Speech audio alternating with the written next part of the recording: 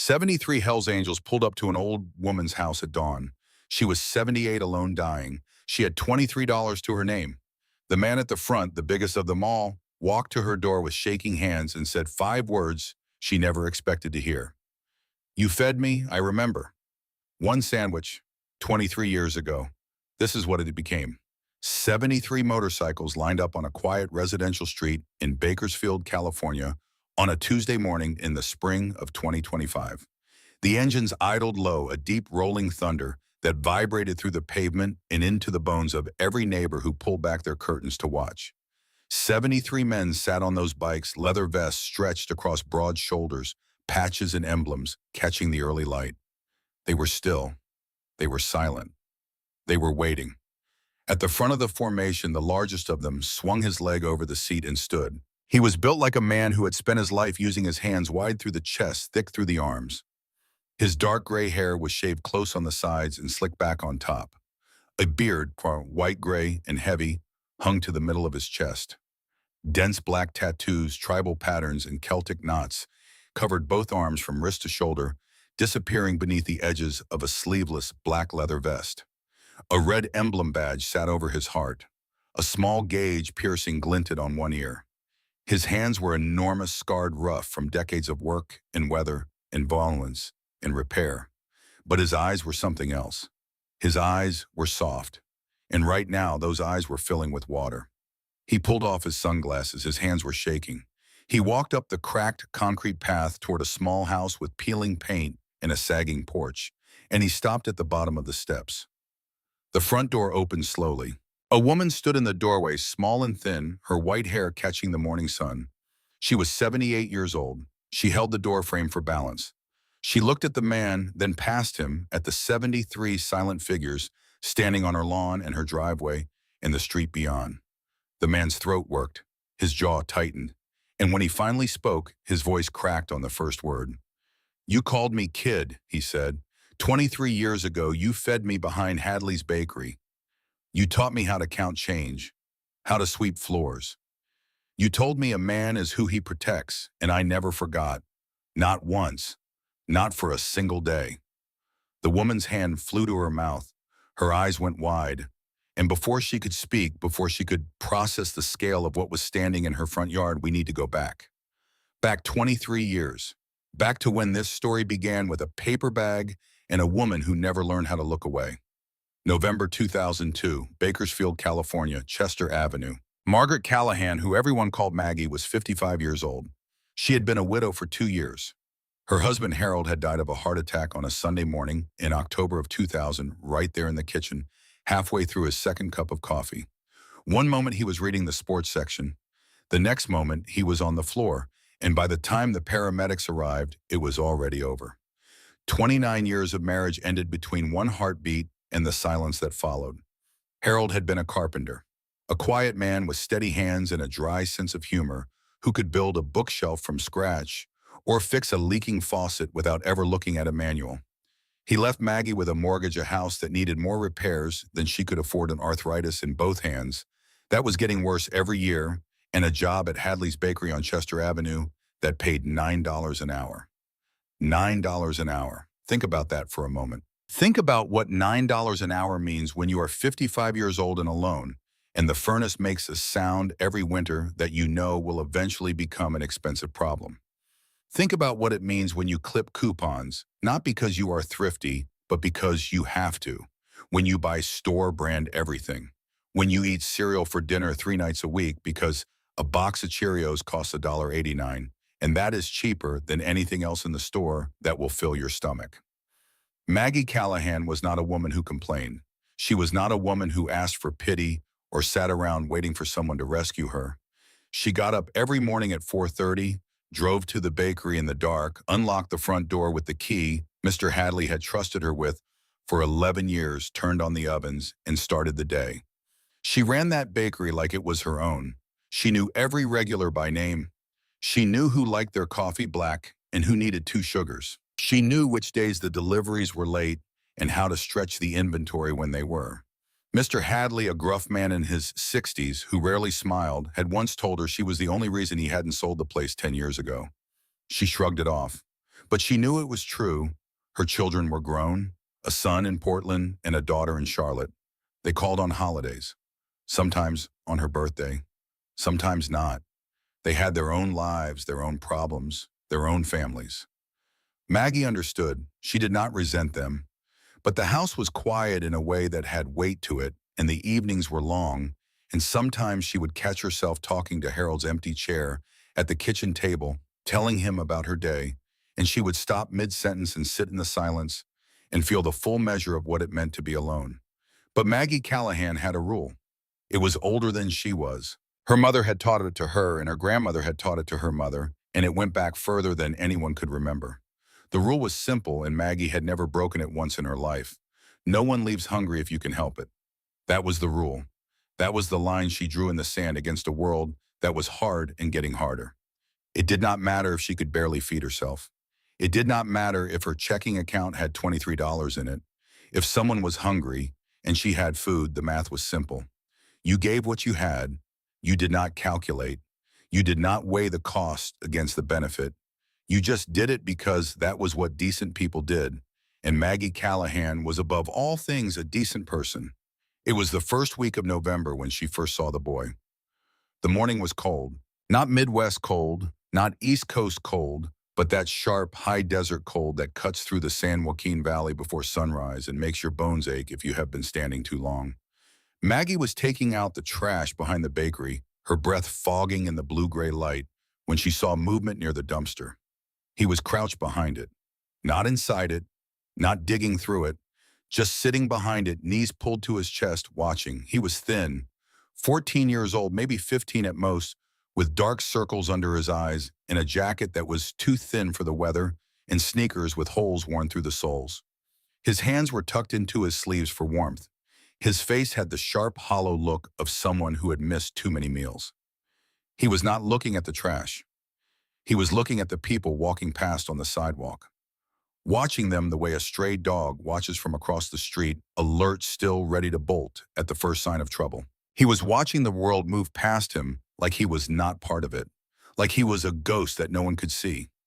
Maggie stood there for a long moment, the trash bag in her hand, the cold biting at her fingers. She made a calculation she had made 100 times before in her life. She had $23 in her checking account until Friday. She had the electric bill due. She had the water bill. She had her own mouth to feed. The smart thing, the safe thing, the sensible thing would have been to set the trash in the dumpster, walk back inside, and pretend she had not seen him. But Maggie Callahan had never been good at pretending she did not see things. It was her greatest strength. It was her most expensive habit. And it was about to change the course of two lives in ways that neither of them could imagine. She set the trash bag down. She walked back into the bakery. She came out 2 minutes later carrying a brown paper bag. Inside it was a day-old bagel, half a turkey sandwich from the display case that she had been planning to eat for her own lunch, and a bottle of water. She walked over to the boy, her shoes crunching on the cold gravel, and she held the bag out to him. He stared at it, not at her, at the bag. He stared at it the way you stare at something you do not trust, something that might disappear if you reach for it, something that might be a trap, because in his experience, when people offered you something, there was always a cost. There was always a hook inside the bait. "Go on," Maggie said gently. Her voice was calm, warm, the same voice she used when a child came into the bakery and could not decide between a cookie and a muffin. "It's yours." He took it.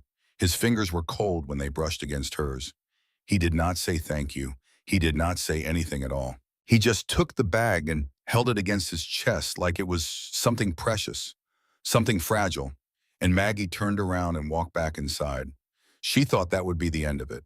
She thought she would never see him again. She had no idea that 23 years later, that brown paper bag would bring 73 motorcycles to her front door. He came back the next morning.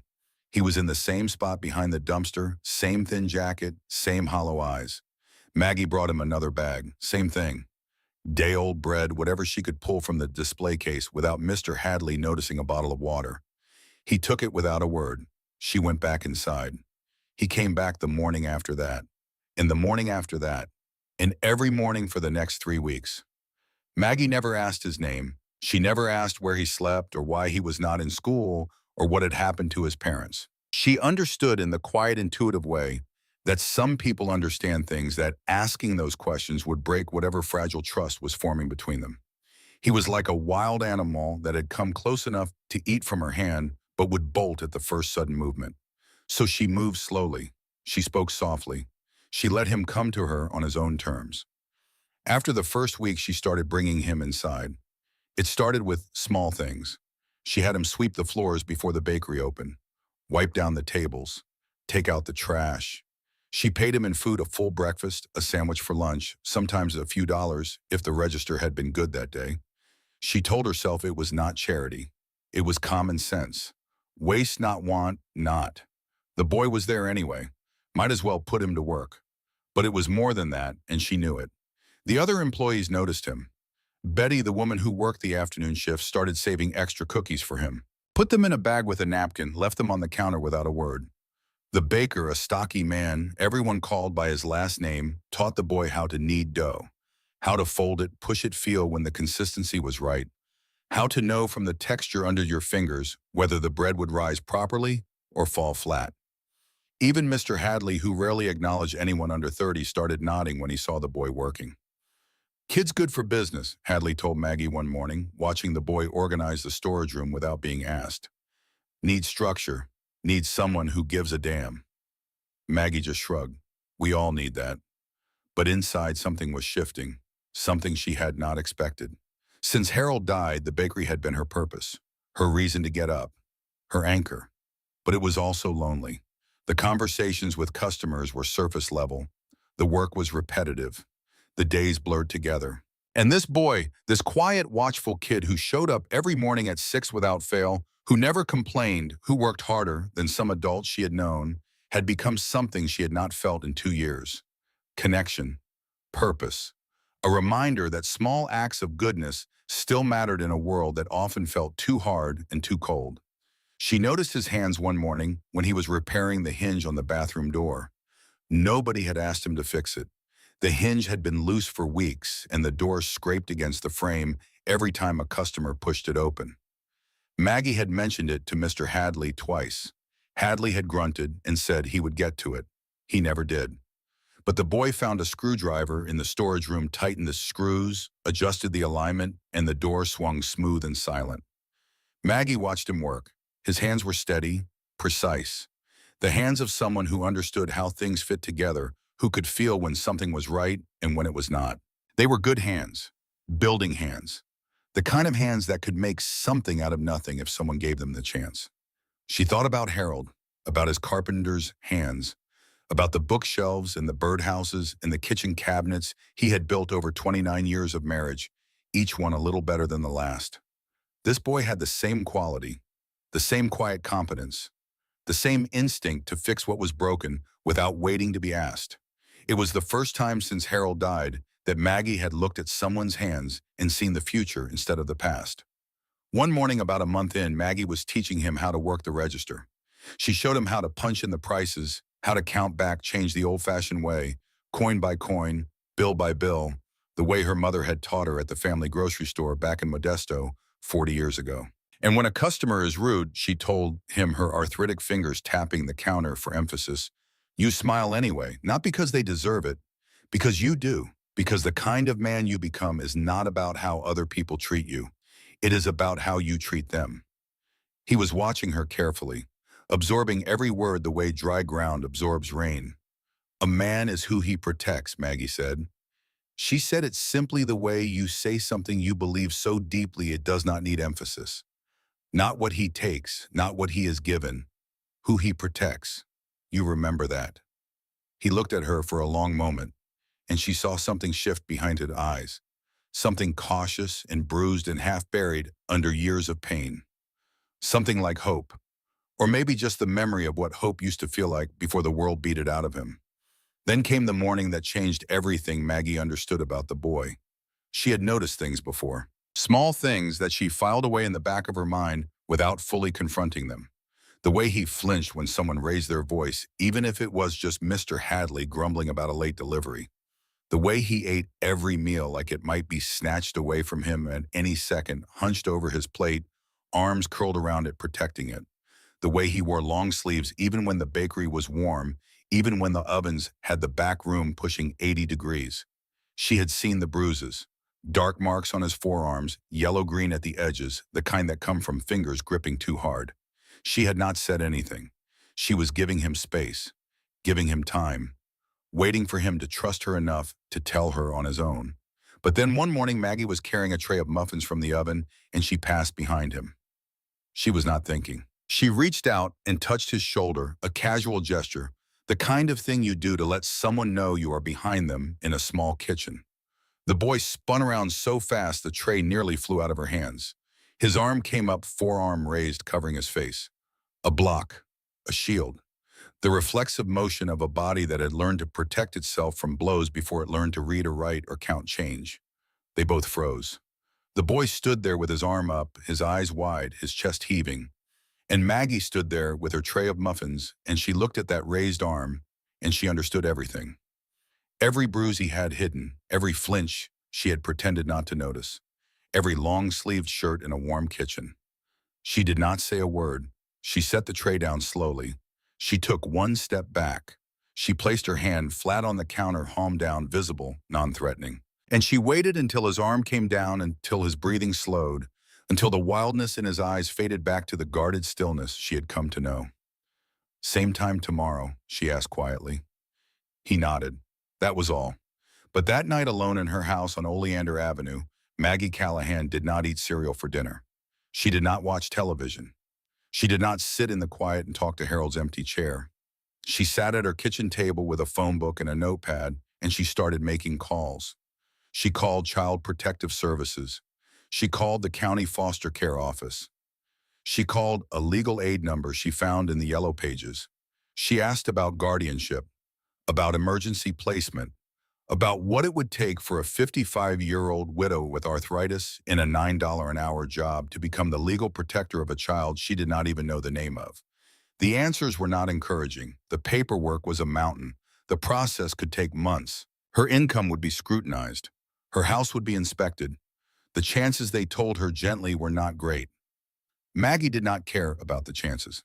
She started filling out the forms anyway. She requested the applications.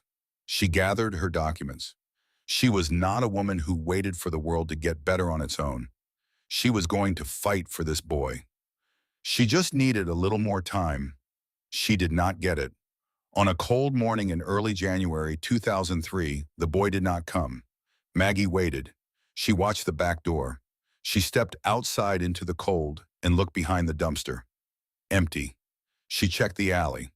Empty. She waited an hour, then two. Her eyes returning to the back door every few minutes, her hands slowing on the register, her mind running through explanations. Maybe he was sick. Maybe he had found somewhere warm to sleep and had overslept. Maybe he would come tomorrow. She called his name out the back door. And then she stopped because she realized with a sickening lurch in her stomach that she did not know his name. She had never asked. He had never offered.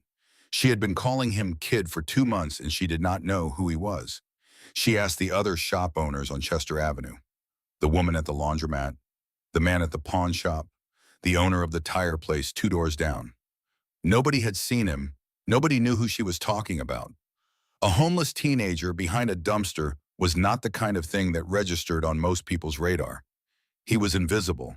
He had always been invisible. Maggie was the only one who had ever looked. She went to the police. The officer at the front desk listened to her with the kind of patient, distant expression that said he had heard this story before and it always ended the same way. He wrote down what she told him, a boy 14 or 15, dark hair, thin jacket, no name, no address, last seen behind Hadley's Bakery on Chester Avenue, and he looked up at her with something that might have been sympathy or might have been exhaustion. "Ma'am," he said, "runaways come and go. It's the nature of the thing. They show up for a while, they move on. There's not much we can do unless he's committed a crime or someone files a missing persons report, and you would need to be a parent or legal guardian to do that." "I was trying to become his guardian," Maggie said. "I have the paperwork started." The officer shook his head slowly. "Without a name, without an ID, We can't even pull a file. I'm sorry, I know that's not what you want to hear.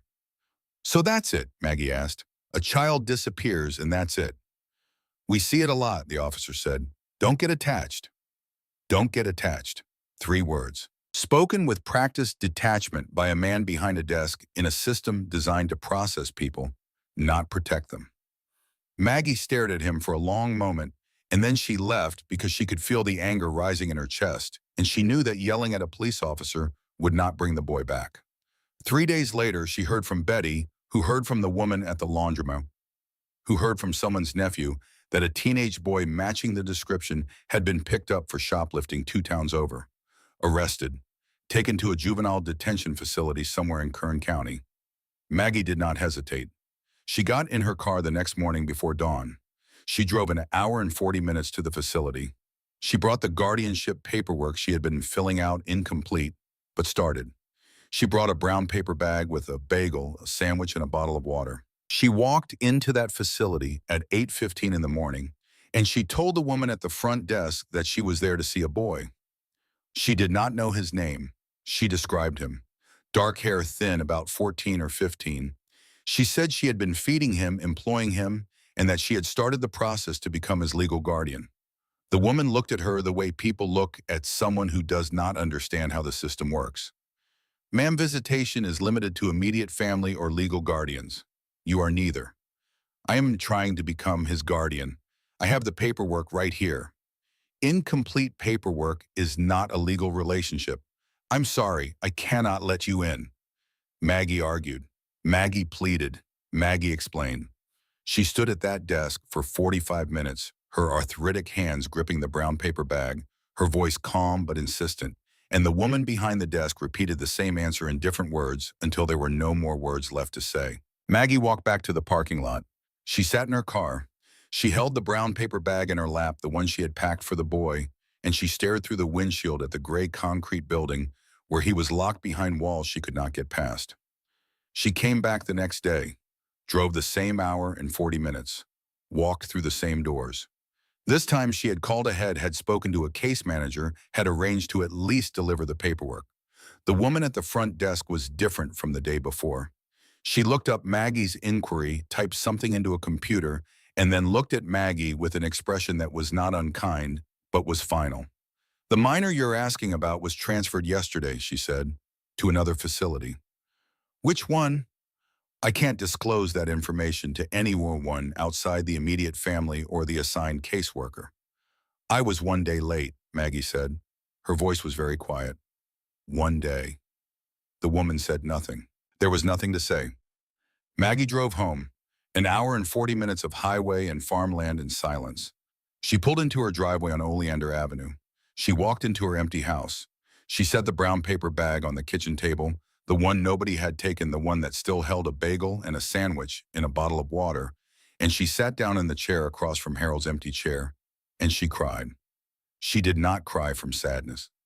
She cried from anger, from the helpless burning fury of a woman who had tried to do the right thing and been stopped by a system that did not care about right things, a system that processed children like paperwork, that moved them from facility to facility like inventory. That told the one person who had bothered to look for a homeless boy behind a dumpster not to get attached, as if attachment were the problem, as if caring were the disease and indifference were the cure. She looked for him for months after that. Every morning when she took out the trash at the bakery, she glanced behind the dumpster. Every time a young man walked through the door, her heart jumped for a quarter of a second before settling back down. She asked around. She checked with the police twice more. She called the foster care office. Dead ends, every single one.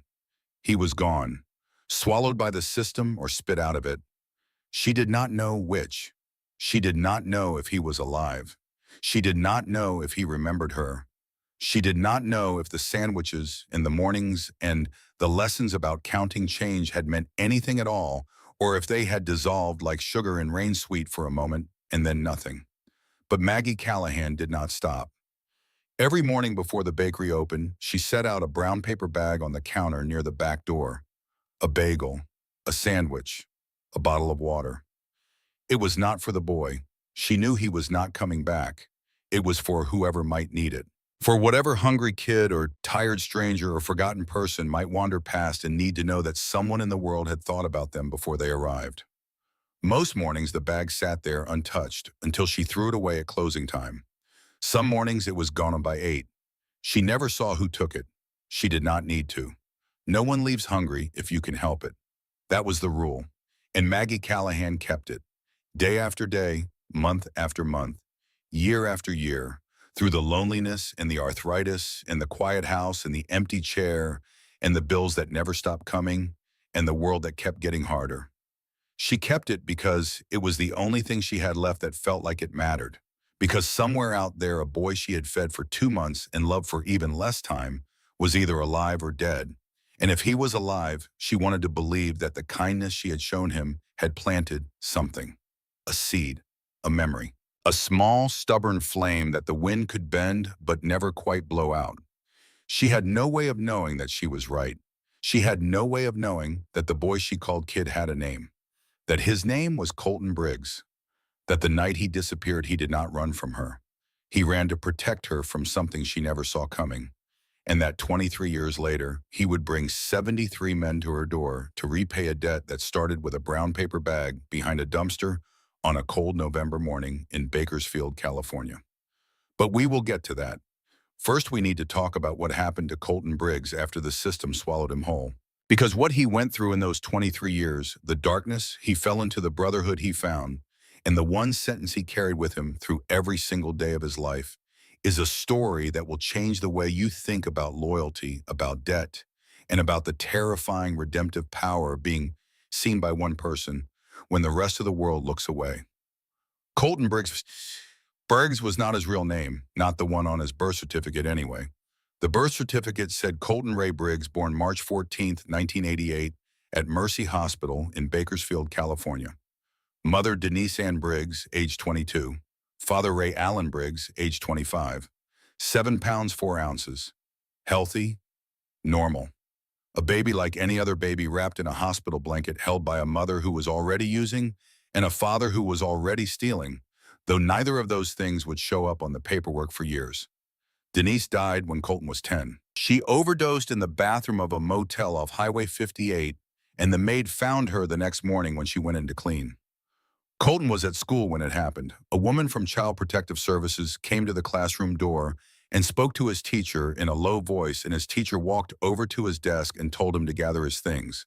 He did not understand what was happening until they were in the car, and the woman told him his mother was gone, and even then the word gone did not mean what it should have meant, because Denise had been gone for most of his life. Gone into the bathroom for hours, gone for days at a time, gone behind her eyes even when she was sitting right next to him on the couch. Death just made it official.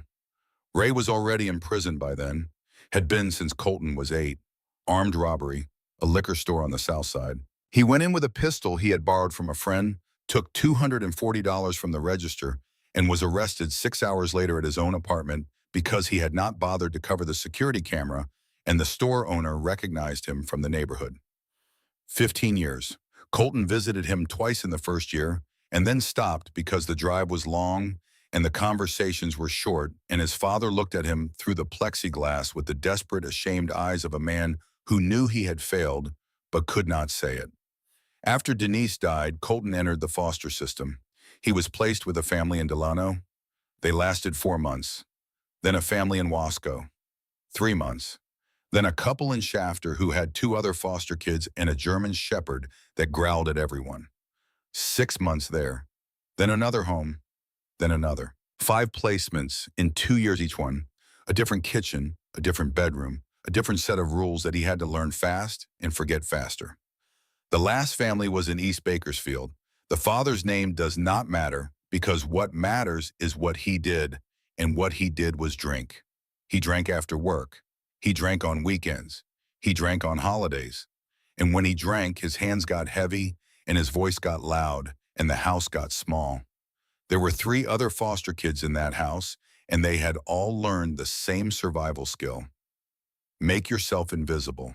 Stay out of the way. Read the temperature of the room the moment you walk in, and if the temperature arm is wrong, find a door. Colton was 12 when he found his door.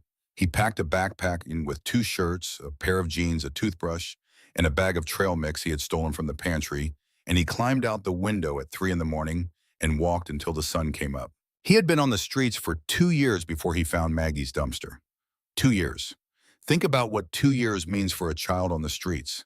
Think about what it does to the wiring in your brain when every meal is uncertain and every sleep is shallow and every stranger is a potential threat. Think about what it teaches you about trust, about hope, about the basic human expectation that someone somewhere gives a damn about whether you live or die. 2 years of sleeping under bridges and in parks and behind dumpsters. 2 years of learning to be invisible because invisible meant safe, invisible meant trouble. And then Maggie Callahan walked out of a bakery with a brown paper bag, and for 2 months the world did not feel like a war. She never knew why he left. She spent years wondering, blaming herself, replaying those last mornings in her mind, searching for something she might have said or done that drove him away. She imagined 100 reasons. She never imagined the real one. The night before Colton disappeared, he was sweeping the stockroom after closing. The bakery was dark except for the light over the back counter. Maggie had gone home an hour earlier. Mr. Hadley was in his office doing paperwork. Colton was alone with the broom and the quiet and the smell of bread and the closest thing to peace he had ever known. He heard the voice before he saw the man. It came from the alley, loud, slurred, a voice he knew in his bones, the way you know the sound of a slamming door or the whistle of a belt cutting through air. His foster father, drunk, walking down Chester Avenue, calling a name Colton had not heard in months, calling his name. Colton pressed himself against the wall of the stockroom and looked through the small window that faced the alley. The man was stumbling past the dumpster 50 feet from the back door of the bakery, shouting at the darkness. He had probably been looking for weeks. Maybe someone had told him a kid matching Colton's description had been seen around Chester Avenue. Maybe he wanted the foster payment back. Maybe he wanted something worse. It did not matter. What mattered was this: if Colton stayed, the man would find the bakery. He would find Maggie. He would walk in one morning at 6 and there would be a scene, and Maggie, who was 55 and arthritic and weighed 130 pounds, would be standing between a drunk man with heavy hands and a boy who had already caused her enough trouble. Colton could not let that happen. He left that night, not because he wanted to, not because the streets were calling him back, not because he did not care. He left because Maggie had taught him one thing that mattered more than food or shelter or warmth. She had taught him what it meant to protect someone. And the only way he knew how to protect her was to disappear. He never went back. The shoplifting arrest came 3 days later. 2 towns over. Colton had not eaten in 48 hours. The hunger had moved past the growling stage and into the stage where your hands shake and your vision blurs and your body starts making decisions that your mind would normally overrule. He walked into a corner store, took a bag of beef jerky, a candy bar, and a bottle of Gatorade and walked out. The owner caught him before he reached the sidewalk. Total value $7.53. The police were called. Charges were filed. Colton spent 3 weeks in a juvenile detention facility in Kern County. Cold concrete, metal bunks, the smell of industrial cleaner and sweat, and something underneath both that he could never identify but would never forget. A smell like trapped things, like air that had been breathed too many times. His cellmate was a kid named Brody Skaggs, 17 years old, wiry, fast-eyed. A knife scar ran across his collarbone, thick and white, and he wore it like a badge. Brody had been in and out of the system since he was 9. Juvenile hall, group homes, short stints in foster care that ended badly. He had the flat, empty gaze of someone who had stopped expecting anything from the world a long time ago. "You get used to it," Brody told him on the first night. They were lying on their bunks in the dark, the fluorescent light in the hallway casting a pale bar across the ceiling. The trick is not to care about anything, about anyone. The second you care, you give them something to take from you, and they always take it.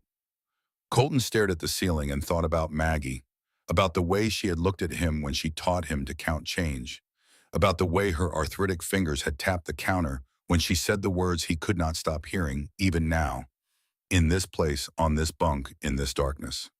A man is who he protects. He thought about the brown paper bag. about the fact that she had $23 in her checking account and she had given him half her lunch.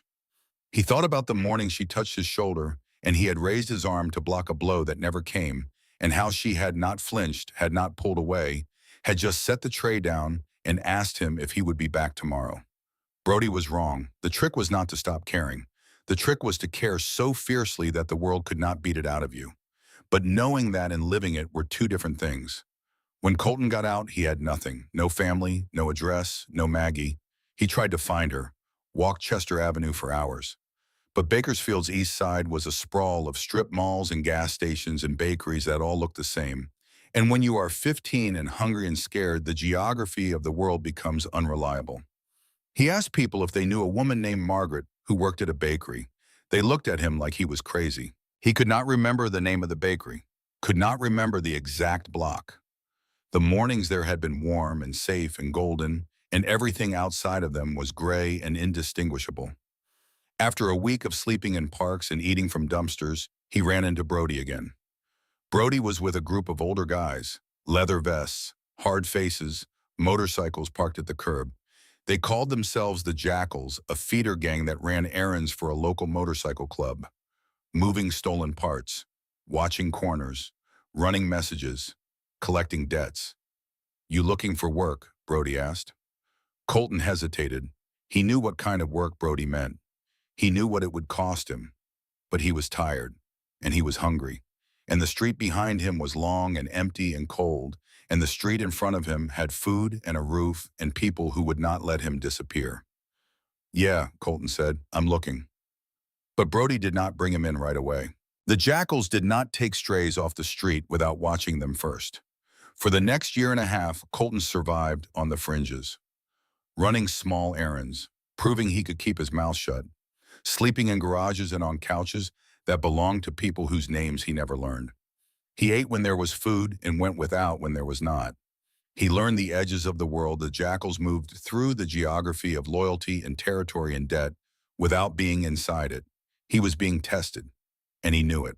By the time they finally brought him in, gave him a place to sleep and a role to fill, he was 16 years old. For 2 years after that, Colton did what desperate kids do. He ran with the Jackals. He was quiet, reliable, and he did not ask questions. He learned the rules of a world that operated on a different kind of loyalty than the one Maggie had taught him. In this world, loyalty meant silence. It meant taking a beating for someone else's mistake without complaint. It meant watching things happen that turned your stomach and keeping your mouth shut because opening it meant something worse would happen to you. He learned to fight. He learned to ride. He learned to read people to know when someone was lying, when someone was about to run, when someone needed to be reminded of the order of things. He got a reputation, not for being violent, for being solid.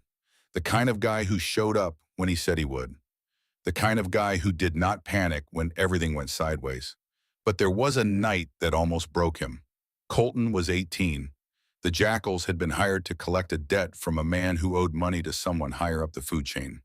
A small-time dealer who had been skimming product and thought no one would notice. They found him outside a bar in Oildale, stumbling to his car, half drunk and alone. There were 3 of them, one of him. It was not a fight. It was a message. They dragged him into the alley behind the bar. They held him down, and they beat him. Not to kill, to educate. Fists into ribs, boot heels into kidneys. Open hands across the face that sounded like firecrackers in the narrow space between the buildings. The man stopped fighting after 30 seconds, stopped making sounds after a minute. But they kept going because the message was not for him. The message was for everyone who would hear about what happened in that alley. Colton stood 6 feet away. He did not throw a single punch. He did not kick. He did not hold the man down. He just stood there, frozen, his heart hammering, his hands shaking at his sides, watching a man get beaten into silence and doing nothing to stop it. Afterward in the car, one of the older guys turned to him. His knuckles were split and bleeding. He was smiling. "You're one of us now," he said. "You don't walk away from this. You understand." Colton nodded. But inside something had cracked. Not because he had participated, because he had not stopped it. Because he had stood there with 2 functional hands and 2 working legs and a voice in his throat, and he had done nothing. And the woman who had taught him that a man is who he protects would not have stood there. She would have stepped forward. She would have said something. She would have been brave in the way that only people who have nothing left to lose can be brave. Colton was not brave that night, and the distance between who he was and who she had told him he could be felt like a canyon that was getting wider every day. Would she even recognize him now? The question haunted him. Late at night, when the adrenaline faded and the noise died down and he was alone with his thoughts in whatever room or garage or flop he was sleeping in, the question came back. Not as words, as a feeling. A hollow ache in his chest that no amount of food or money or brotherhood could fill. A year later, the answer almost became permanent. Brody Skaggs got arrested. Not for petty theft this time. Armed robbery, a gas station on the south side of Bakersfield. He went in with a pistol he had borrowed from a friend. He took $312 from the register. He was arrested 4 hours later at his apartment because he had not bothered to wear a mask, and the security camera caught his face in perfect clarity. The details hit Colton like a freight train. A borrowed gun, a register, an arrest at his own place because he was too reckless to cover his tracks. It was his father's crime, replayed note for note by a different actor in the same town on the same kind of Tuesday night. Brody was going to prison for the same reason Ray Briggs had gone to prison, and Colton was standing at the same fork in the road looking down the same two paths. He went to see Brody before the trial. The visiting room was small and gray and smelled like floor wax. Brody sat on the other side of the glass thinner than Colton remembered, his eyes harder, the scar on his collarbone standing out white against skin that had not seen sunlight in weeks. "Don't look at me like that," Brody said. He could read the expression on Colton's face. Pity, horror, recognition. Like what? Like I'm a cautionary tale. Brody leaned forward. His voice was flat. "We're the same, you and me. Same system, same streets, same dead-end road. Don't pretend you're different. You're not. You're just slower." Colton looked at Brody through the glass. He looked at the scar and the hard eyes and the future that was staring back at him, and he saw it clearly. Two boys, same starting line, same juvenile hall, same crew. One of them had been told by a woman with arthritic hands and $23 in her checking account that a man is defined not by what he takes, but by who he protects. The other one had been told the trick is not to care. And those two sentences, spoken years apart by two different people to two different boys, had drawn a line between two lives that were about to diverge so completely that in 20 years, one of them would be leading 73 men on a mission of grace, and the other would still be behind glass. Brody got 12 years. Colton never visited again. Not because he did not care, because every time he thought about that visiting room, he saw his own face on the other side of the glass, and it terrified him. He had to get out. The Hells Angels Bakersfield chapter noticed him the way a hawk notices movement from altitude. He was 19. He was disciplined. He showed up. He did not panic. He kept his word. Those qualities were rarer than people think in a world where most young men were burning through their 20s like the supply was infinite. But there was something else about Colton Briggs that set him apart, and it took an old man named Big Ray Dalton to put it into words. Big Ray was in his early 50s by then, though he looked older. 20-plus years on a motorcycle and a lifetime of sun and wind and hard living had carved his face into something that resembled topography. Ridges and valleys, scars that told stories he would never tell. He was the kind of man who spoke rarely and meant everything he said, and when he spoke, the room went quiet because Big Ray Dalton did not waste breath on things that did not matter. One night at the clubhouse, after a long day that had involved a complicated situation and an uncomplicated solution, Big Ray sat down across from Colton and studied him the way a mechanic studies an engine he cannot quite figure out. "You've got rules," Big Ray said. It was not a question. Colton looked at him. "What do you mean?" "I mean you don't steal from working people. You don't hit anyone who doesn't have it coming. You pay what you owe every time, even when it costs you more than it should. You've got a code. Your own code, not the club's, yours." Colton said nothing. "Most of these guys," Big Ray continued, gesturing vaguely at the room, "they follow the club's rules because the club tells them to. Take away the club, they'd follow whoever was next in line. But you." He pointed a thick finger at Colton's chest. "You'd follow your rules in an empty room with nobody watching. That's different." That's rare, and I want to know where it comes from." Colton was quiet for a long time. The memory rose up unbidden, vivid as a photograph. Maggie's arthritic fingers tapping the counter, the smell of fresh bread, the warmth of the bakery at 6 in the morning when the world outside was cold and dark and indifferent. The sound of her voice calm, certain, unshakable. "A man is who he protects," Colton said. Big Ray stared at him. His weathered face was unreadable for a moment, and then he laughed.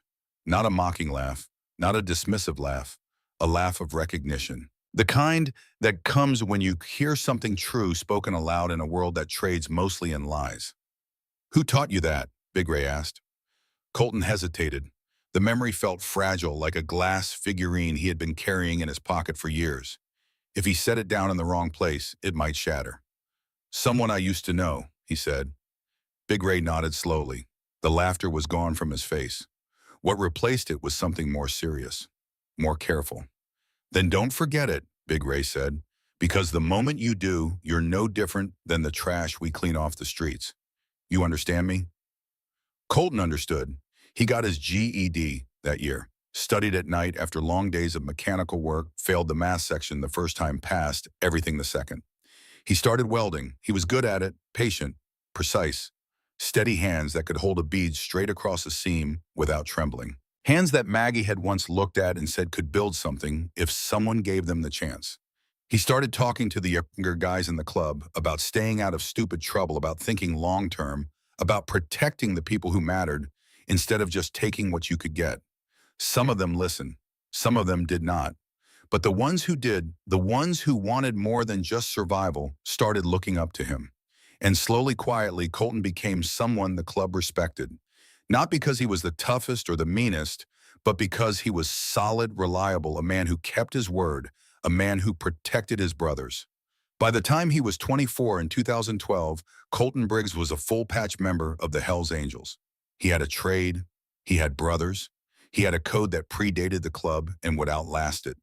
He had become the kind of man that other men looked to when things went wrong, not because he was the loudest or the toughest, but because he was steady. Because he kept his word. Because when he said he would be there, he was there. But he had never stopped looking for Maggie. He searched the way a man searches for something he is afraid he invented.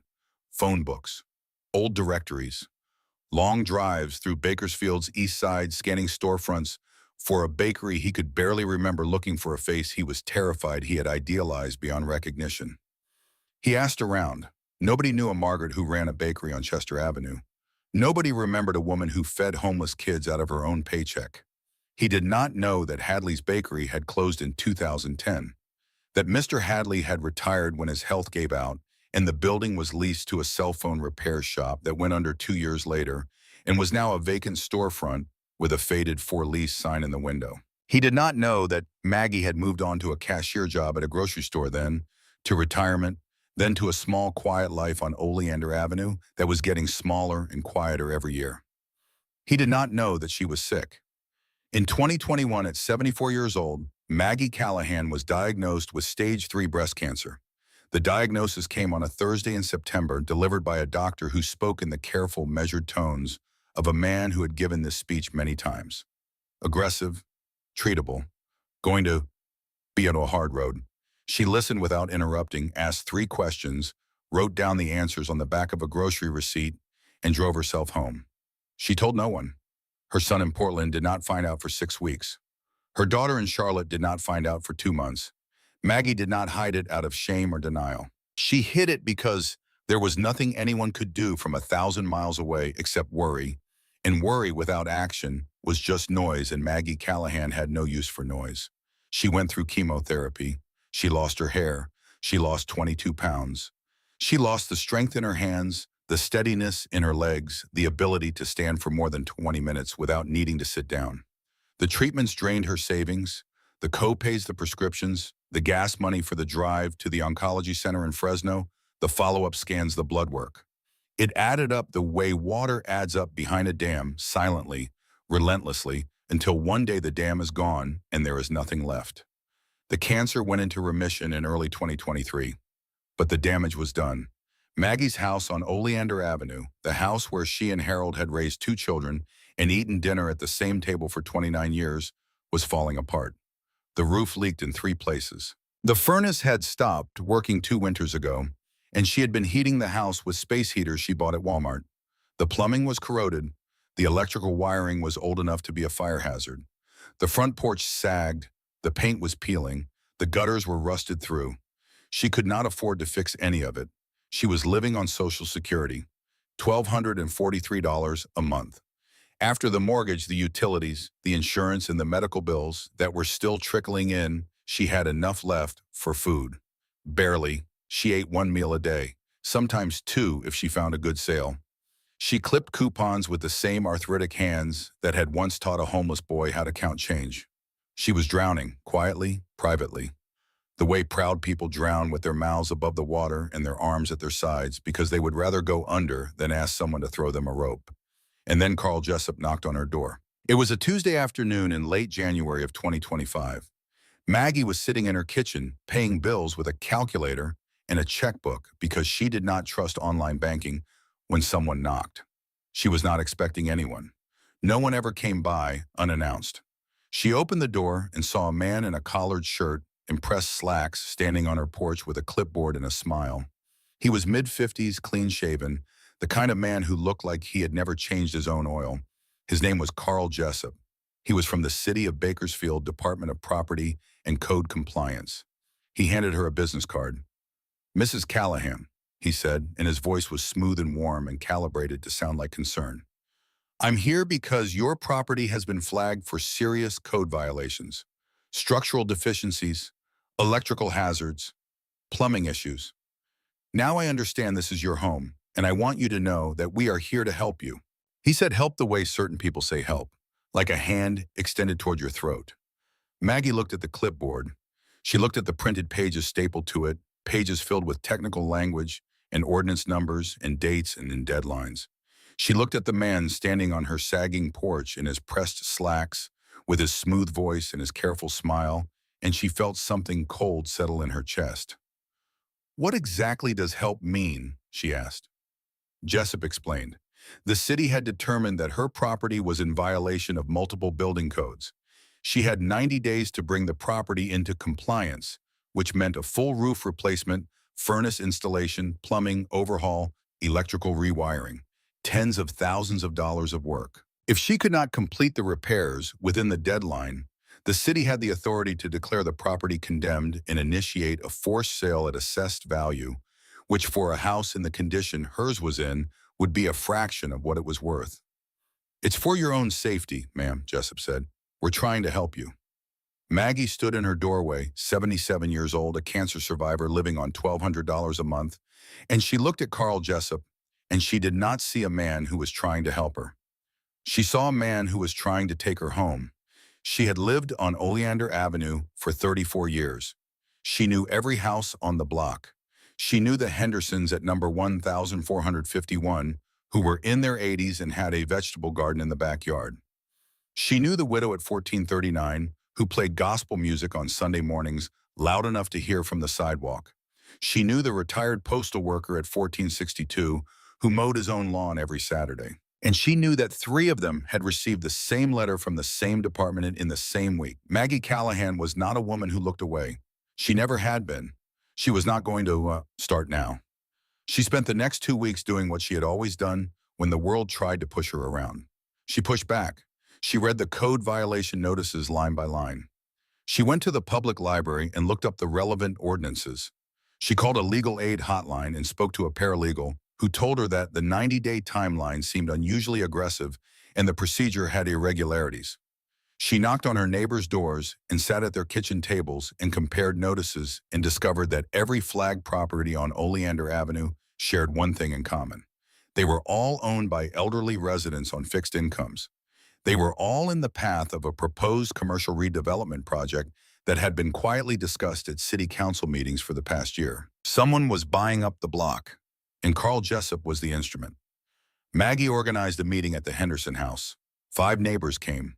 She laid out what she had found calm and methodical, the same way she had once explained to a 14-year-old boy how to count change. She contacted the legal aid office again. She wrote letters. She made phone calls. She was 77 and exhausted, and her hands hurt, and her bones ached, and the cancer might come back at any time. And she was eating one meal a day to make the money last, but she wasn't going to let them take her home. She was not going to let them take anyone's home. But she was losing. The clock was ticking, 63 days left, then 50, then 40. The repairs were impossible without money she did not have. The legal aid office was understaffed and overwhelmed. The paralegal was sympathetic but stretched thin. The neighbors were scared. Two of them were already talking about selling. Maggie was fighting a system with nothing but stubbornness in a phone book, and the system was winning. 300 miles of highway and 23 years of silence away, Colton Briggs was sitting in a truck stop diner off Highway 99, having breakfast with Big Ray Dalton and a younger member named Kyle. It was early spring of 2025. The sun was barely up. The diner smelled like coffee and bacon grease, and the particular kind of weariness that settles into places that never close. Their waitress was a woman in her early 60s, kind eyes, warm smile, the kind of woman who called everyone honey and remembered your coffee order after the first visit. She brought their check saw, Colton's vest saw, the Hells Angels patch, and instead of looking nervous the way most people did, she smiled. "You boys ride for a reason or just for fun?" she asked, setting the check down. Colton smiled back. "Both." She nodded approvingly. "Good. My son rides. Says it saved his life. Says the Brotherhood kept him clean when nothing else could." Something stirred in Colton's chest. "That's what it's supposed to do." The waitress leaned in a little. Her voice dropped the way it does when someone is about to share something they consider sacred. "He says he owes it all to one woman, a lady who ran a bakery years ago back when he was a teenager. Gave him food when he had nothing. Didn't ask questions. Didn't judge. Just fed him. Told him he was worth something when no one else in the world did." She paused. "He says she changed his life. Says he's been trying to find her for years. Wants to thank her." Colton went very still. His coffee cup stopped halfway to his mouth. The sounds of the diner, the clink of silverware, the murmur of the truckers at the counter, the sizzle of the grill, all of it receded until there was nothing but the woman's voice and the blood pounding in his ears. "Bakery?" he asked carefully. His voice was tight, controlled. Where the waitress thought for a moment, her brow furrowing. "Chester Avenue, I think. Closed down years ago. 10, 15 years back." But he said her name was Margaret. Margaret something. She shook her head, trying to remember.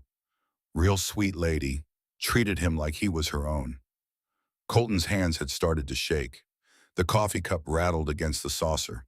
He set it down carefully, deliberately, afraid he might drop it. "Callahan?" he asked. The name came from somewhere deep, a half-buried corner of his memory. He had seen it once years ago on a paycheck stub she had left on the counter at the bakery. He had tried to remember it 1,000 times since and could not. But now in this diner with this woman's voice unlocking doors he thought were sealed shut forever. The name surfaced like a body rising from deep water. The waitress's eyes widened. "Yes, that's it. Margaret Callahan. You know her." Colton could not speak. His throat had closed. He just nodded. Big Ray was watching him from across the table. The old man's eyes were sharp and quiet and missed nothing. "She's still in Bakersfield," the waitress said. Her voice had softened. She could see what this meant to the big man with the shaking hands. "My son tried to find her a few years back, but didn't have much luck. But if you're looking, I can ask him. He might know more." Colton found his voice. It came out rough, raw, like something that had been locked in a box for 2 decades and was not sure how to work anymore. "Please." The waitress squeezed his shoulder. A maternal gesture. A Maggie gesture. Colton almost lost it right there into the booth. He scribbled his number on a napkin with hands that would not stop trembling. The waitress took it, promised to call her son that day, and walked back toward the kitchen with the check. Big Ray and Kyle were staring at him. Kyle looked confused. Big Ray looked like a man who had just watched a piece of a puzzle fall into place. "You good brother?" Big Ray asked quietly. Colton swallowed hard. He nodded. "Yeah, He stopped, started again. "I need to find her." Big Ray did not ask who. He did not ask why. He had heard Colton say the line, the one about a man being who he protects, and he had always known there was a story behind it. A story Colton carried the way some men carry shrapnel deep in the tissue, too close to the bone to remove. Then we'll find her, Big Ray said simply. 2 weeks later, Colton's phone rang, unknown number. He answered on the first ring.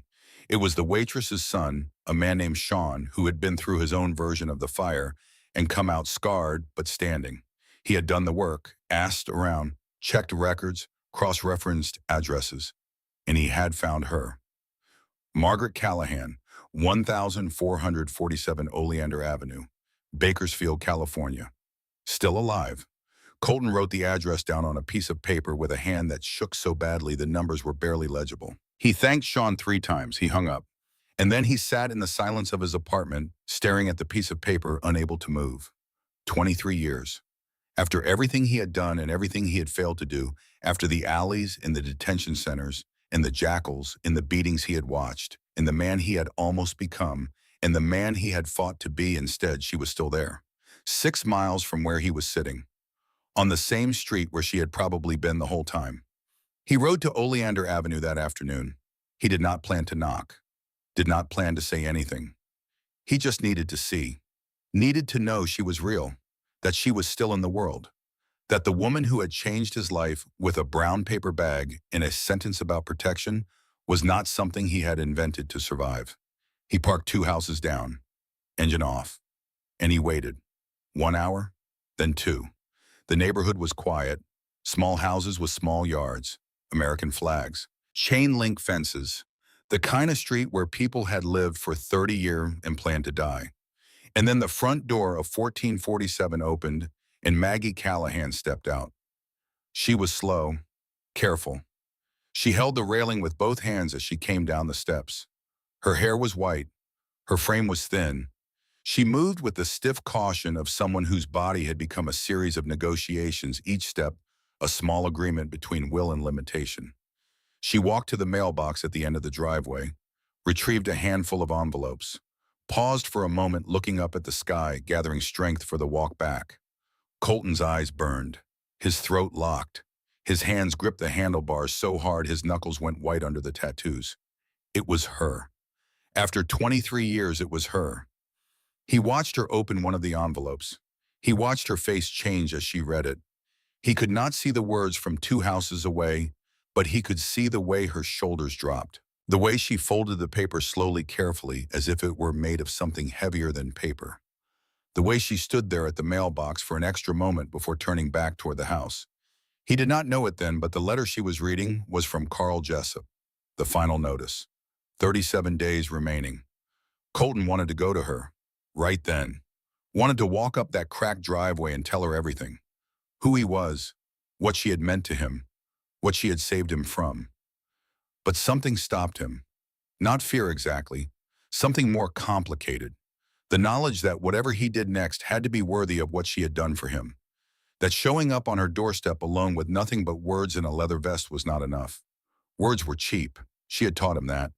A man is not what he says. A man is who he protects. He needed to protect her, and he needed to do it the only way he knew how, with the only family he had. He rode back to the clubhouse. He called Big Ray. He told him he needed to talk to everyone, every member of the Bakersfield chapter.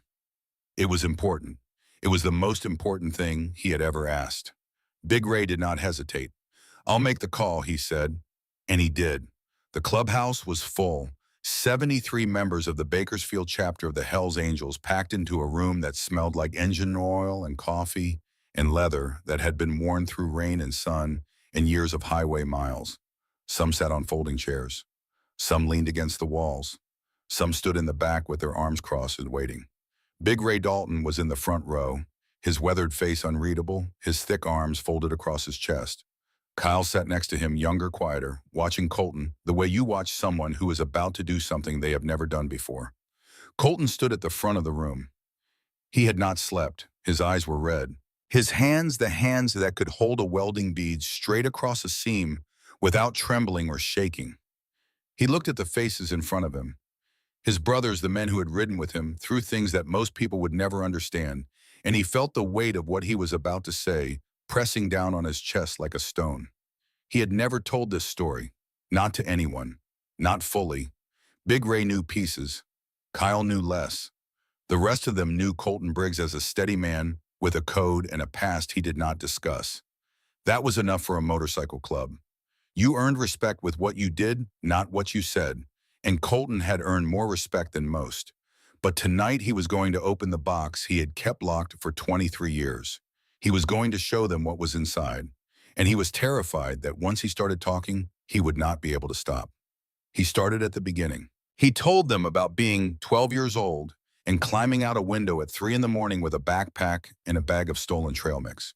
He told them about 2 years on the streets, about the dumpsters and the parks and the bridges and the cold, about learning to be invisible because invisible meant alive. He told them about the morning he was crouched behind a dumpster on Chester Avenue, not digging through the trash, just watching the world move past him like he was not part of it, and a woman walked out of a bakery with a brown paper bag. His voice broke on the word bag. He paused, swallowed, kept going. He told them about the mornings in the bakery, about sweeping floors and wiping tables and fixing a door hinge without being asked, about a woman with arthritis in both hands and $23 in her checking account who gave him half her lunch because she could not look at a hungry child and walk away. He told them about the cash register and the coffee and the way she smiled at customers even when they were rude and how she taught him to do the same. He told them about the bruises he had hidden under long sleeves and the morning she touched his shoulder and he raised his arm to block a blow that never came and how she did not flinch, did not pull away, did not ask him to explain. She just set the tray and asked if he would be there tomorrow. He told them what she said. The sentence, the one that had lived inside him for 23 years like a second heartbeat. A man is who he protects, Colton said. Not what he takes, not what he's given. Who he protects. The room was silent, not the restless silence of men waiting for a point. The heavy held breath silence of men who were hearing something true. He told them why he left, about the foster father on Chester Avenue drunk calling his name, about the decision he made at 15 years old to disappear, because disappearing was the only way he knew how to protect the one person who had ever made him feel like he mattered. He told them about the juvenile detention center and the corner store and the $7.53 worth of food that had cost him everything. He told them about Brody Skaggs and the glass partition and the words that had almost become his future. We are the same, you and me. He told them he was not the same, that he was standing here in this room in front of his brothers because one woman with nothing had given him everything, and the only reason he had not ended up behind glass like Brody was because her voice was louder than the street. And then he told them what he had learned. She's 78 years old, Colton said. His voice was raw, stripped, the voice of a man who had removed every wall he had ever built and was standing in the open. She had cancer, stage 3. She fought it alone because her kids don't come around. She beat it, but it took everything she had. Her house is falling apart. She can't afford to fix it. She's eating one meal a day, and there's a man from the city, a man named Carl Jessup, who is trying to take her home. He told them about the code violations, about the 90-day deadline, about the developer buying up Oleander Avenue one elderly homeowner at a time, about the way the system was being used as a weapon against a woman who had spent her entire life giving everything she had to people who had nothing. He stopped. He looked at them. 73 faces, some hard, some scarred, some carrying stories as heavy as his own, but all of them listening, all of them still. I need your help, Colton said. His voice was steady now, clear. The trembling was gone. What replaced it was something solid and unshakable, the voice of a man who had found the reason he had been building toward for 23 years. Not for me, for her. I need us to show her what she built. I need us to protect her. Because that is what she taught me to do. And if we don't, then everything she gave me, everything she gave all of us, because I would not be standing here without her, none of it means anything. Silence. Big Ray Dalton stood up. He was the oldest man in the room and the most respected. When Big Ray stood, people paid attention. When Big Ray spoke, people listened. He had been riding since before most of these men were born. He had buried friends and broken bones and crossed lines and held lines and done things he would answer for when the time came. But he had never looked at Colton the way he was looking at him now. "When do we ride?" Big Ray asked. The words landed like a hammer on an anvil. Simple, final, absolute. Colton looked around the room. He saw nods. He saw jaws set. He saw the same fire he had seen 100 times before. When the club came together for something that mattered, the same focus, the same quiet intensity, the same unspoken agreement that moved through the room like electricity through a wire. "Tuesday morning," Colton said. His voice was thick. "I want every bike on her street. I want her to see what she built. I want her to know that what she did mattered." They organized it like a military operation. Everyone had a role. Everyone knew the plan. Big Ray coordinated the formation. Kyle handled logistics. Holt Morrow, who ran a construction company, started making calls about materials and equipment. Jolene Pratt, a registered nurse married to one of the members, began researching oncology specialists and follow-up care options. No publicity, no cameras, no media. This was not for show. This was not a stunt. This was for Maggie. Tuesday morning came the way all important mornings come, too fast and too slow at the same time. 73 motorcycles assembled at the clubhouse before dawn. The air was cool and still. Engines started one by one, a rising chorus of thunder that built until the ground vibrated and the windows of nearby buildings hummed in their frames. They pulled out in formation, two abreast, a column of chrome and leather and purpose that stretched for 3 blocks. They rode through Bakersfield in the gray light before sunrise, past the strip malls and the whining stations, in the taco stands, in the car washes, in the quiet residential streets, where sprinklers hissed on lawns and newspapers lay in driveways. They rode down Chester Avenue, past the empty storefront where Hadley's Bakery used to be, past the dumpster where a 14-year-old boy had once crouched in the cold and watched the world throw food away. They turned onto Oleander Avenue and slowed, engines dropping to an idle, and they lined up along the curb and in the driveway and on the street in front of 1447 with the precision of men who understood that discipline was its own kind of respect. And then they waited, silent, patient. 73 men on 73 motorcycles, their breath fogging in the early air, their leather vests dark against the pale morning light. The front door opened. Maggie Callahan stood in the doorway in a housecoat and slippers, one hand on the doorframe for balance, the other raised to shield her eyes from the light. She looked at the street. She looked at the motorcycles. She looked at the men. Her lips parted, but no sound came out. Her face held the expression of someone who has opened their front door and found the ocean where the sidewalk used to be. Colton swung his leg off his motorcycle.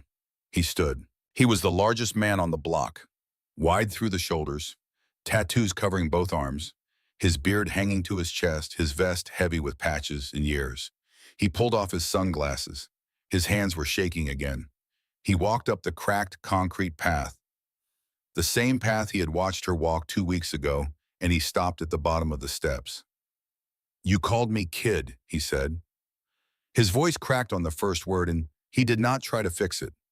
"23 years ago, you fed me behind Hadley's Bakery. You taught me how to count change, how to sweep floors, how to smile at people even when they didn't deserve it. You told me a man is who he protects."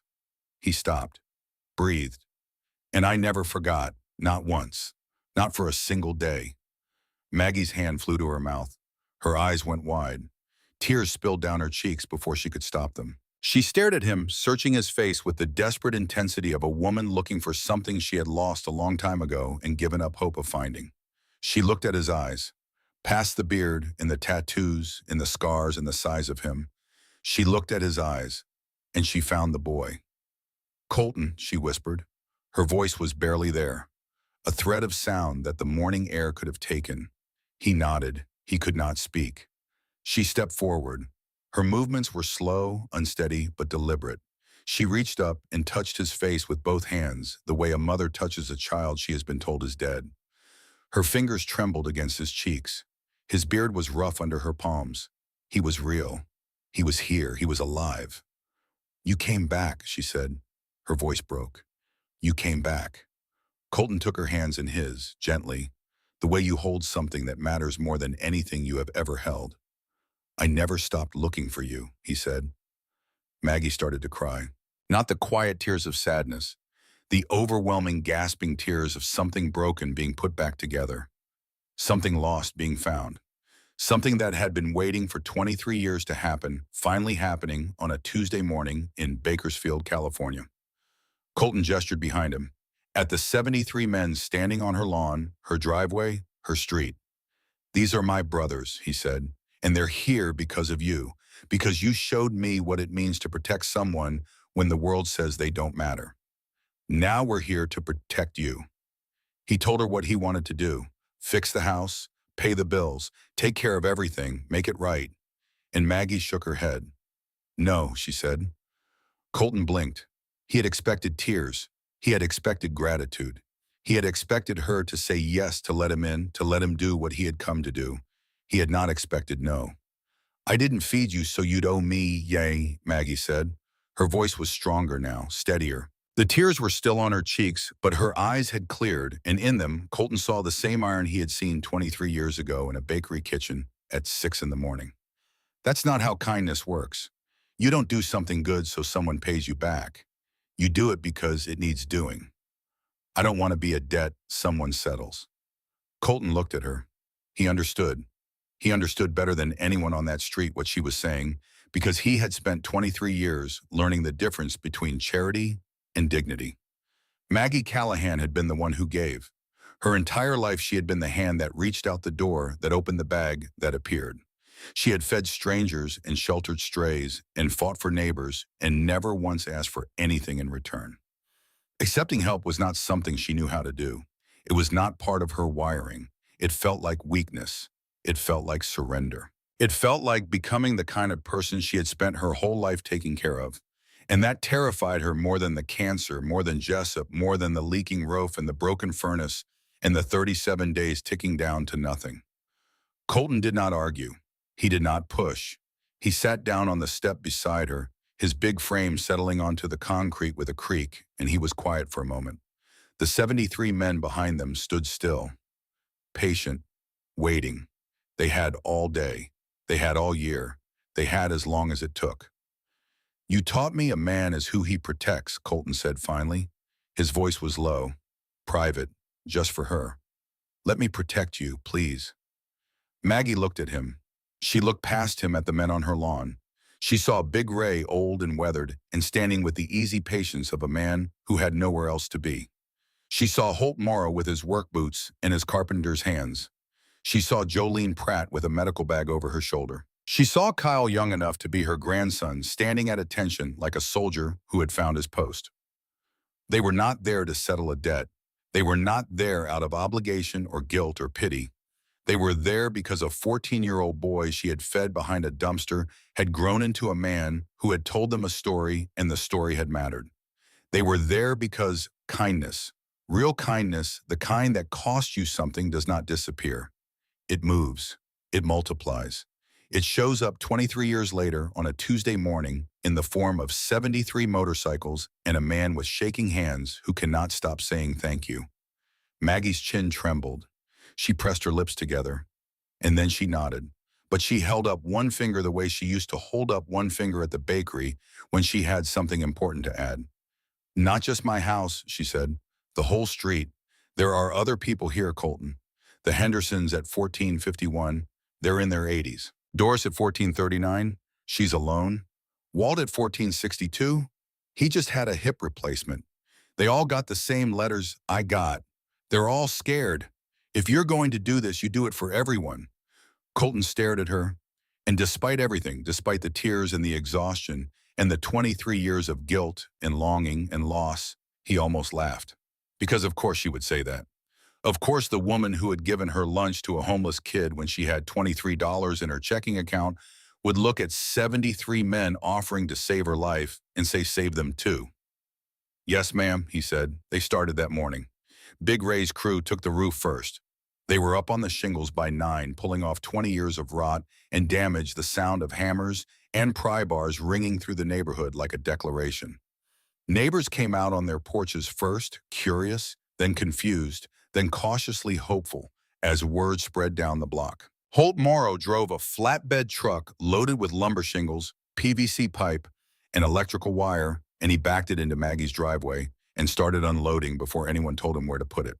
Carl Jessup arrived on the second day.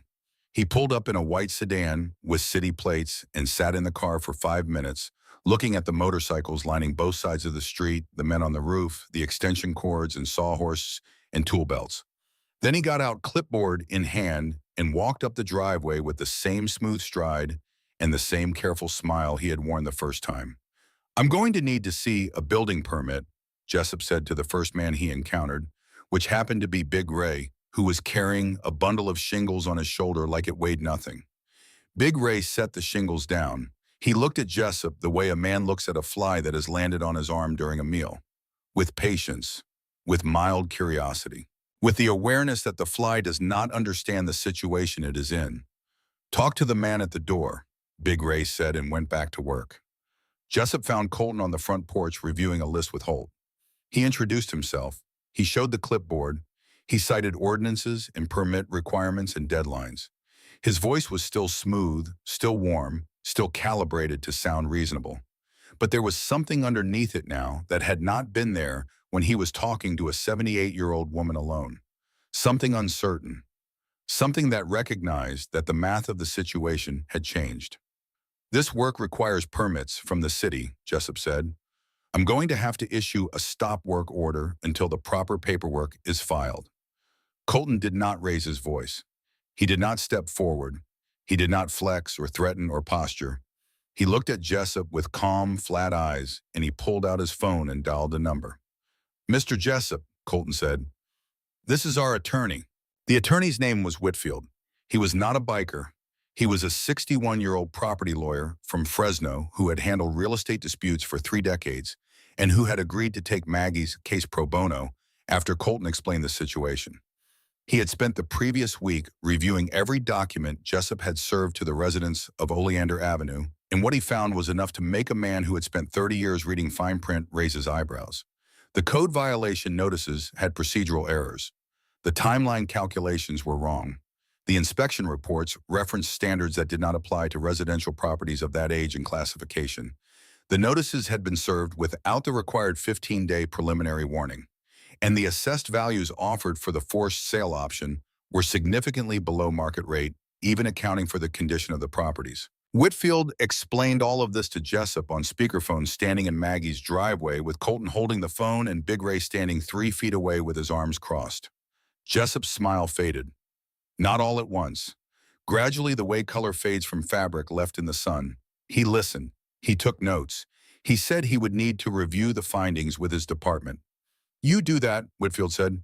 "And while you're reviewing, you should know that Mrs. Callahan and 4 of her neighbors have agreed to file a joint complaint with the County Inspector General's office regarding irregularities in the code enforcement process on Oleander Avenue.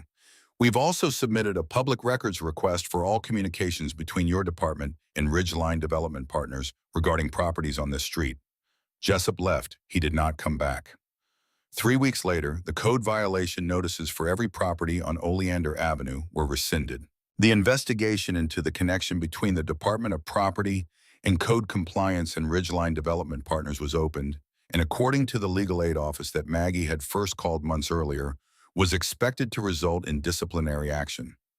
Maggie had won, not with fists, not with threats, with preparation, with community, with the stubbornness of a woman who had spent her entire life refusing to look away from things that were wrong, and with the 73 men who had shown up because a boy she fed behind a dumpster had become a man who kept his word. The renovation took 4 weeks. They replaced the roof, repainted the exterior in a soft blue that Maggie chose because it reminded her of the house she grew up in back in Modesto.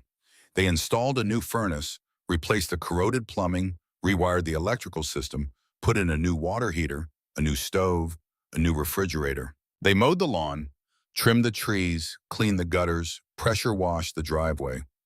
They did the same for 3 other houses on the block, the ones whose owners had received the same letters and could not afford the same fight. Holt Morrow pulled Colton aside during the second week. "How much does she owe?" he asked. Colton hesitated. He had looked into it. Medical bills, property taxes, utility arrears. It was over $30,000. Holt saw the look on his face and nodded. "I'll handle it," he said. Colton started to protest. Holt held up a hand. "Brother, she saved you. That means she saved all of us, because you're one of us. Let me do this." He paid every cent. A wire transfer and a phone call. No ceremony, no fanfare. Jolene Pratt connected Maggie with a specialist at a cancer center in Fresno who was running a clinical trial for a preventative treatment. She made the appointments, filled out the insurance paperwork, and drove Maggie to every visit. She sat in the waiting room with a paperback novel and a thermos of coffee, and she did not leave until Maggie walked out. The wives and girlfriends of the club members organized meal trains. Breakfast, lunch, and dinner delivered to Maggie's door every day. Casseroles and fresh bread and soups that filled the house with warmth and the smell of garlic and rosemary. The children played in the yard, their laughter filling spaces that had been silent for too long. For the first time in years, 1447 Oleander Avenue sounded like a home. Maggie sat on her porch most days wrapped in a blanket watching them work. She cried often during those first few days. Not from sadness, from the sheer weight of being seen, of being remembered, of discovering that the kindness she had given 23 years ago had not disappeared into the void the way she feared.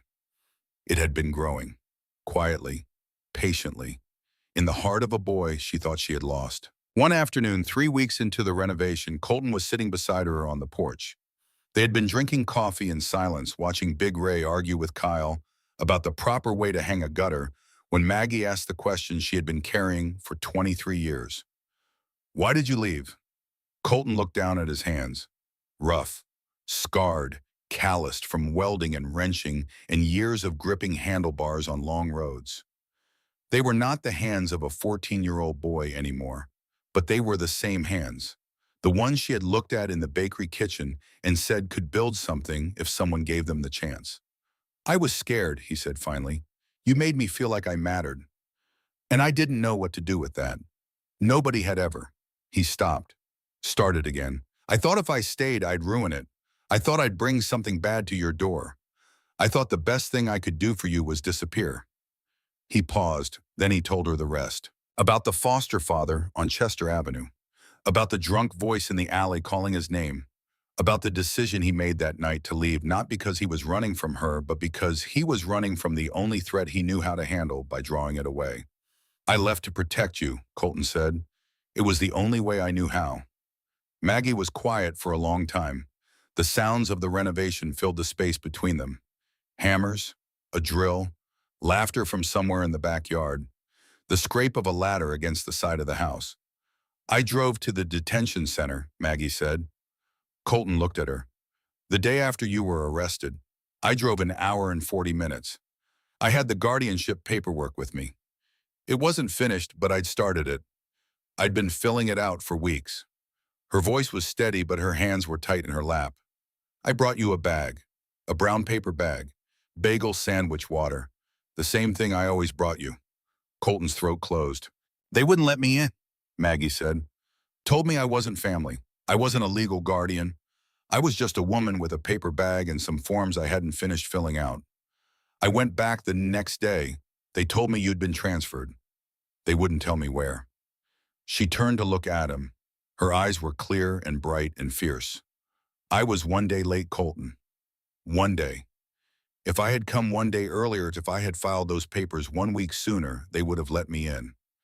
I would have found you. I would have brought you home." The words hung in the air between them. 23 years of silence and searching and guilt and wondering, and it came down to this: two people who had tried to find each other and failed. Two people who had each believed they had failed the other. A woman who thought her kindness had not been enough, and a boy who thought his disappearance had been a betrayal. They had both been wrong. Maggie reached over and took his hand. Her grip was weak, the bones thin under skin that had grown papery and fragile. But her hold was steady. "You could never have ruined it, Colton," she said. "You were just a boy trying to survive."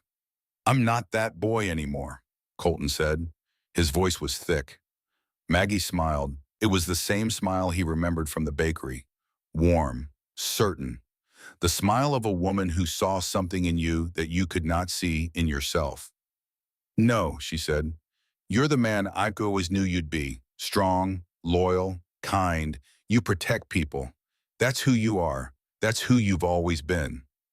Something broke loose inside Colton Briggs on that porch, a weight he had been carrying for 23 years.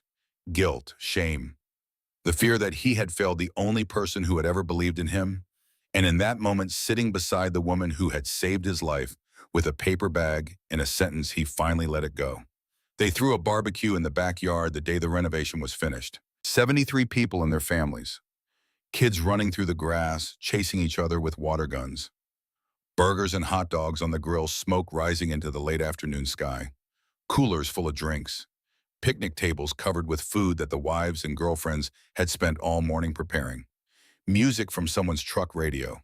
Laughter that carried over the fence and down the block. Maggie sat in a lawn chair in the middle of it all, a blanket across her knees, a plate of food on the table beside her that she had barely touched because she was too busy watching. Watching these rough, scarred, tattooed men flip burgers and chase toddlers and laugh with their wives and hold their children on their shoulders. Watching the world she had unknowingly built by feeding one boy one morning 23 years ago. Colton brought a chair and set it beside hers. He sat down. For the first time in 23 years, the chair next to Maggie Callahan was not empty. She lived 2 more years after that day. 2 good years. The cancer stayed in remission. Her hair grew back white and soft. She gained weight. Her strength returned enough that she could walk to the mailbox and back without stopping. She spent holidays with Colton and his club family. Thanksgiving, Christmas, Easter, the 4th of July.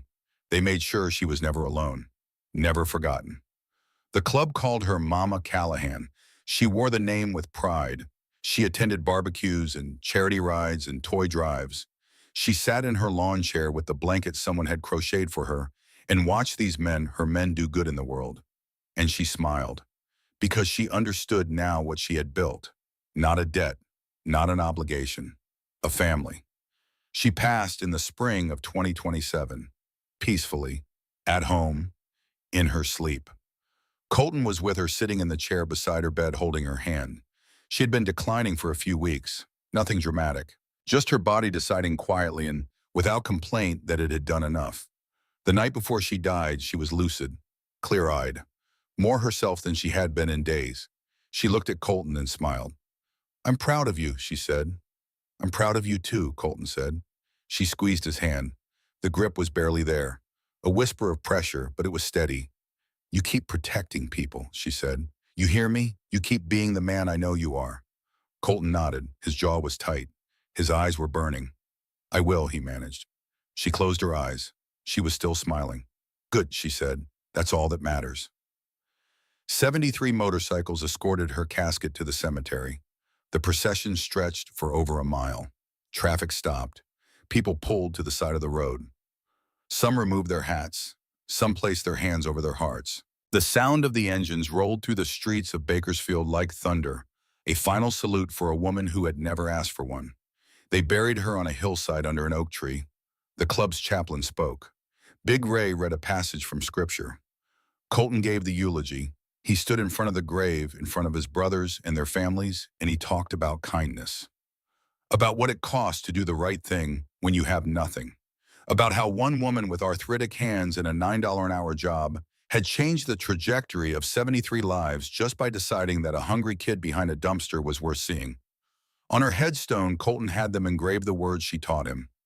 "A man is who he protects," and underneath in smaller letters, "She protected us all."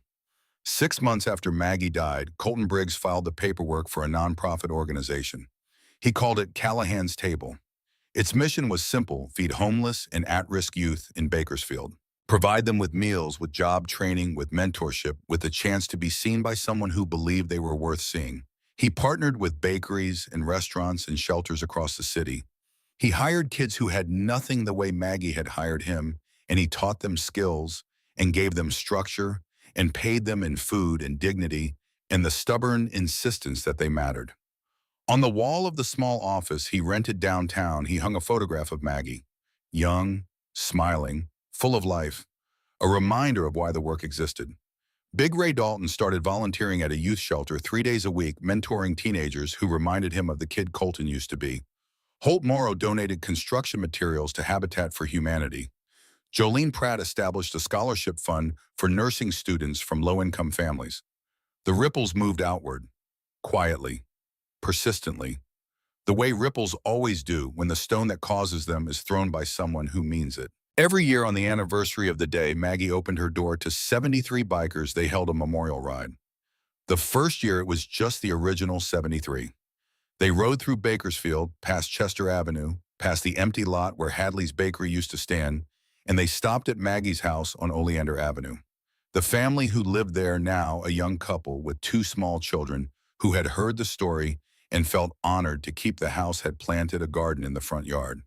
A memorial bench sat beneath the oak tree by the mailbox, a small brass plaque bolted to the back, in memory of Margaret Callahan, who taught us that kindness never dies.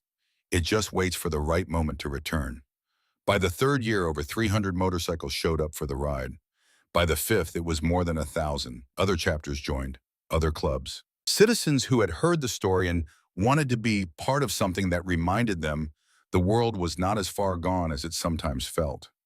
They rode in formation through the streets of Bakersfield, engines roaring, and they stopped at the house and they stopped at the cemetery, and they stood in silence because silence was the only language big enough to hold what they felt. On a morning in March, a year after the fifth memorial ride, Colton Briggs rode to the cemetery alone. It was early, the sun was just coming up over the hills east of town, painting the sky in shades of gold and copper. The grass was wet, the air smelled like rain that had fallen during the night, and earth that was warming under the first light. He parked his motorcycle at the edge of the cemetery road and walked to her grave. The headstone was clean. Someone, maybe one of the brothers, maybe one of the neighbors, had placed fresh flowers in the small vase beside it. The oak tree cast a long shadow across the grass. Colton stood there for a long time. He did not speak. He just stood, his hands at his sides, his breath slow, looking at the name carved into the stone. Then he reached into the saddlebag on his motorcycle and took out a brown paper bag. He had packed it that morning the way she used to pack them. A day-old bagel from the bakery down the street, half a sandwich, a bottle of water. He set it on the ground beside the headstone, leaning it gently against the stone the way you lean something against a wall when you want it to stay. He looked at the bag. He looked at the name. He looked at the words. A man is who he protects. She protected us all.